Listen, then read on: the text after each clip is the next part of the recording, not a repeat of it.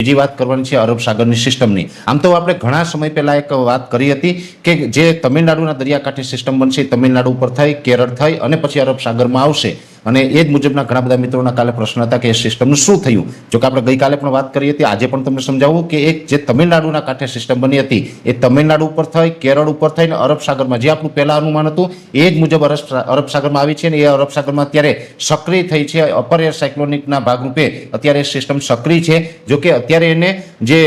વધારે મજબૂત બનવા માટે યોગ્ય હવામાન મળવું જોઈએ તે યોગ્ય હવામાન અરબ સાગરમાં નથી મળી રહ્યું, એટલે કદાચ આ સિસ્ટમ છે વધીને લો પ્રેશર સુધી જશે, એનાથી વધારે મજબૂત થઈ અને સાયક્લોન સુધી જાય તેવી પરિસ્થિતિ ખૂબ ઓછી છે। જો કે આગળ એ ચાલતા પછી અનુકૂળ હવામાન આવે ને કદાચ સાયક્લોન બને તો એ વાત અપવાદ રહેશે, પણ અત્યારે એવું લાગી રહ્યું છે કે કમસે કમ લો પ્રેશર સુધી આ સિસ્ટમ છે એ આવી શકે ને અત્યારે અરબ સાગરમાં સક્રિય છે, જેને કારણે આજથી લઈ અને 27 તારીખ સુધી રાજ્યમાં છૂટાછવાયા પ્રી મોન્સૂન એક્ટિવિટીની પણ શક્યતાઓ છે। એટલે